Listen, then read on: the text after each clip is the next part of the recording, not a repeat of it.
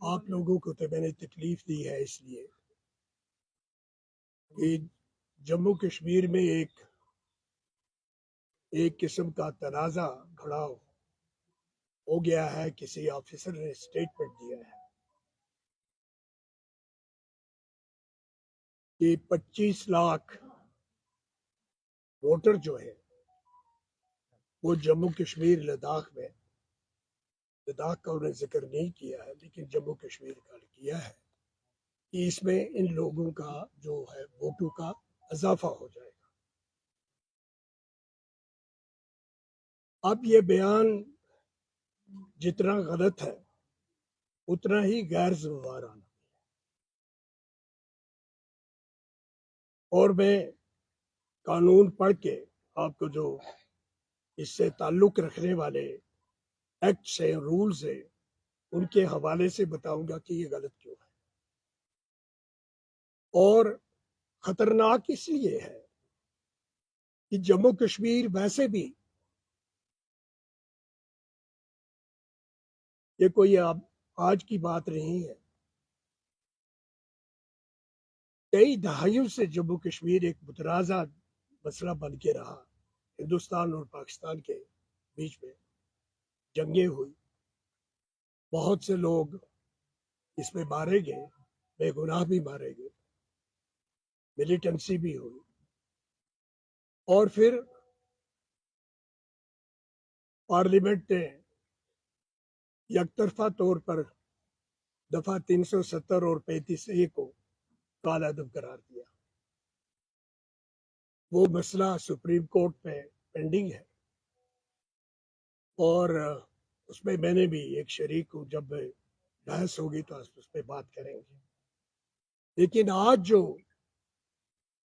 بیان دیا گیا ہے، ایک آفیسر نے کہا ہے کہ جموں کشمیر میں 25 لاکھ ووٹوں کا اضافہ ہو جائے گا.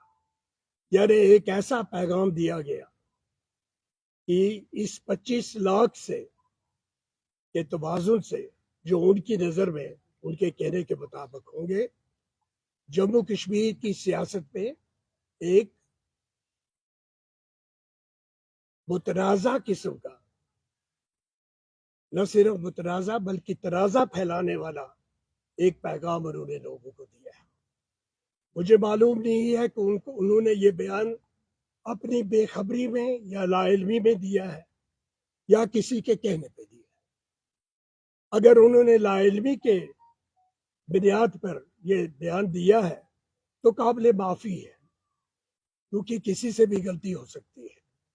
لیکن اگر انہوں نے کسی در پردہ کسی اور طاقت کی یا کسی جماعت کی یا کسی شخصیت کی یا کسی اتھارٹی کے کہنے پر یہ بیان دیا ہے تو انہوں نے نہ صرف جموں کشمیر کے لوگوں کے جذبات کو مجروح کیا ہے بلکہ انہوں نے خود بھارت کے بنائے ہوئے قانون کی بھی دھجیاں اڑائی ہیں. اور کسی بھی صورت سے اس سے ہندوستان کا جو بھی منشا ہو، بھارتی سرکار کا جو بھی منشا ہو، وہ انہیں 370 کو اور 35A کو ختم کر کے بتا دیا ہے. لیکن اس زخم پہ مزید نمک چھڑکنے سے ملک کی بہتری بھی نہیں ہوگی اور جموں کشمیر کے لوگوں کی بھی اس میں کوئی بقا نہیں ہوگی. تو میں سب سے پہلے آپ کو بتاؤں گا کہ یہ جو انہوں نے بیان دیا ہے اس کی بنیاد انہوں نے ٹھہرائی ہے